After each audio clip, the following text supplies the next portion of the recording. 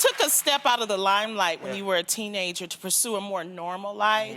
Was that a big adjustment for you? You know, honestly, it wasn't the biggest adjustment because my parents kept me in public school throughout elementary, middle, and high school. It was really important to them that I had the best of both worlds.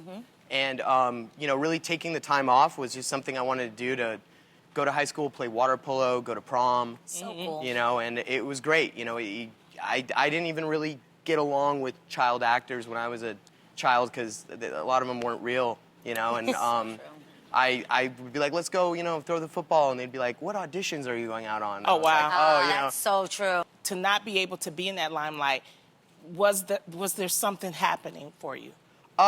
You know, I've thought about other career paths, you know, especially during my teenage years, and there's nothing I'd rather do with my life. You know, whether I'm doing big movies like I did in my childhood, or, you know, I've actually done more work as an adult. It's just that the films I've done haven't hit quite as hard as the ones I did as a kid, but if you love what you do, you gotta chase that. Yeah, That's it. I do have a question for you because my sister and I, we did the same thing. You know, we did Sister, Sister, and when we weren't filming, our parents were like, no, we think it's really important for you to go back to public school.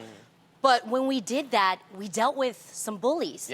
We were at times a little, you know, depressed, or we had anxiety because it was different and there was this transition. Did you ever go through that at all? Honestly, more. So I took more time off in high school. Yeah. But middle school, definitely the worst 3 years of my life. Really? I think that, you know, people are definitely in a weird age where they're trying to figure themselves out, and they can be really nasty, so I dealt with that. Yeah, it was horrible. But at the end of the day, I have a lot of perspective. It's a lot worse for a lot of people.